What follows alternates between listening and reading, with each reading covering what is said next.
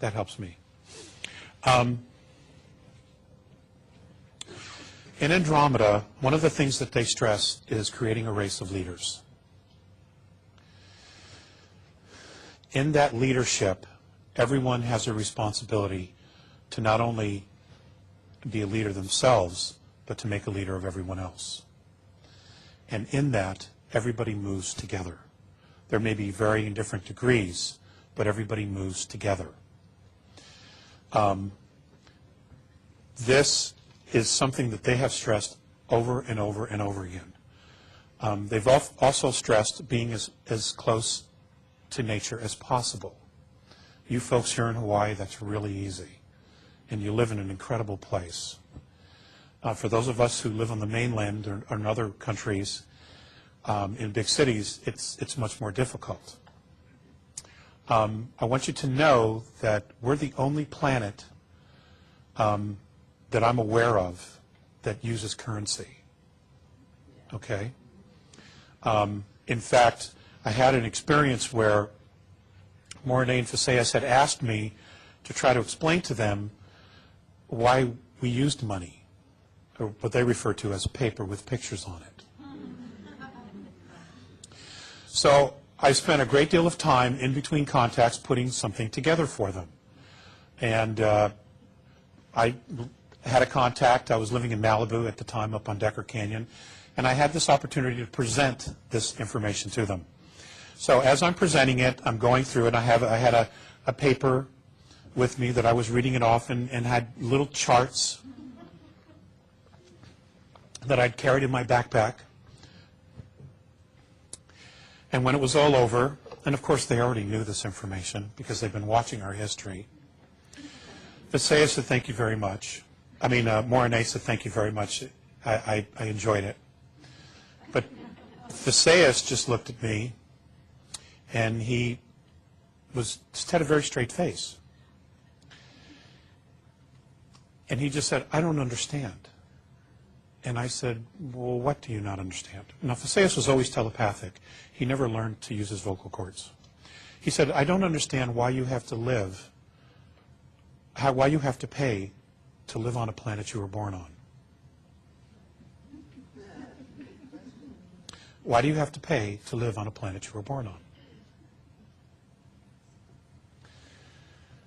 That haunted me for many years, that statement.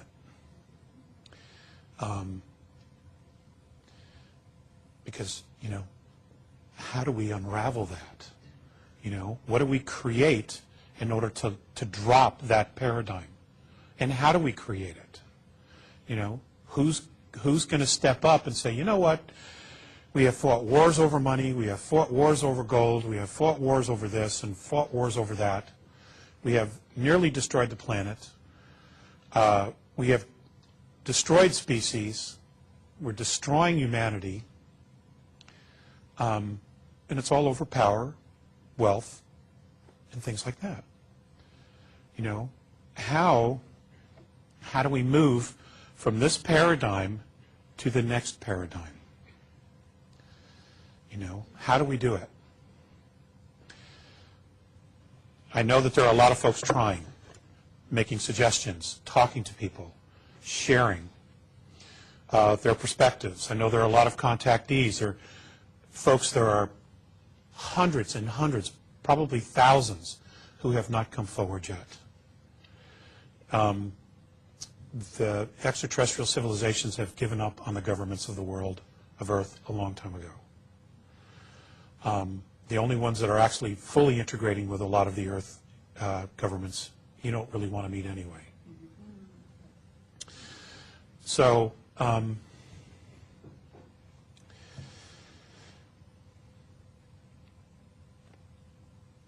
how do we find our soul again? What does it take to change the essence of a man? Is there a phrase? Is there a mantra? Is there a prayer? Is there an event? What does it take to change the essence of a man or a woman? I don't have that answer, but I am asking the question, and I have been for a long time.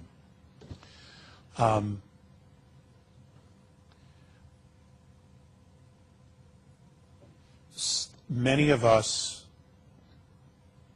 and I'm not necessarily referring to the folks in the room here, many of us have completely lost our way. We know a lot of good people who would do anything for us as friends, but they simply don't have a clue. We want them to be aware of the changes that are coming, and you can put all this information in front of them and they're simply going to just dismiss it because it's too overwhelming to them.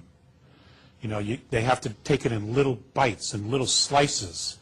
They just simply don't want to deal with it because they're so overwhelmed just trying to manage a life that already doesn't work, okay, or they're not already happy with, because it's all that they know, and they're afraid to let it go because they don't have anything else to believe in, just what it is that they do every day. So in creating a new domain of knowing and asking the question, what is it that we want? It has to be something that everybody can take hold of a piece of. For example, every day there are little things that we could do to begin shifting our consciousness. Every day when we get up, the first thing we should do is be grateful that we're alive to see another day. And just make that acknowledgement. Spirit, thank you. Always tell your children that you love them. Every day. Tell them that you're proud of them. Always tell your wife that you love her, or your partner that you love her. Always be friendly and cordial at the office. Okay? When you hear an ambulance drive by, just say a blessing. Say, I bless whoever that's for, and that their highest good is what is achieved. Little things like that. When you walk into a room, just say, I bless this room. Little things like that make all the difference.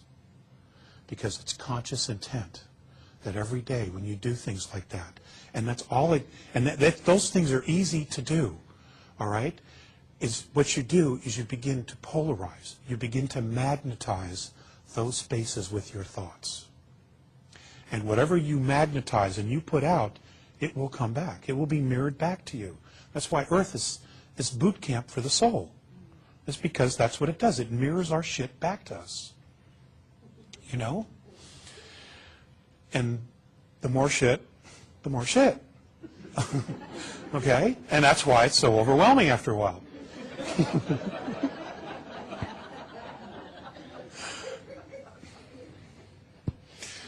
So it's little things.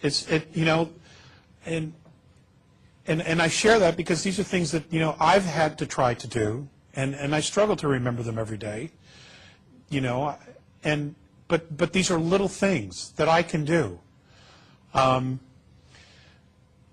know, I bless my food, you bless your coffee. What you do is you just get into a space of blessing everything. And it does, in fact, change the frequency. It will change the people that you work with. It might take a little bit of a while, but these are simple things. It's just, you know, like the movie The Secret said, it's an attitude of gratitude. Okay? But they're just little things that you can remember to do every day. At lunchtime, go for a walk. Don't sit in your cubicle, but go for a walk. Go outside. When you go to the bathroom, if you work in an office, when you're done, instead of going right back into your office to your cubicle, go downstairs, go outside, loop around the building, and come back in. Just give yourself a break. Just remember where you are. Don't get stuck in just being so in a rut that you forget. Because it's easy. That's, you know, that's why we're so stuck on Earth. And you know, the extraterrestrials, the visitations, the psychic phenomena, the paranormal phenomena, all of that stuff, ladies and gentlemen, is us. It's all happening to us because it is us.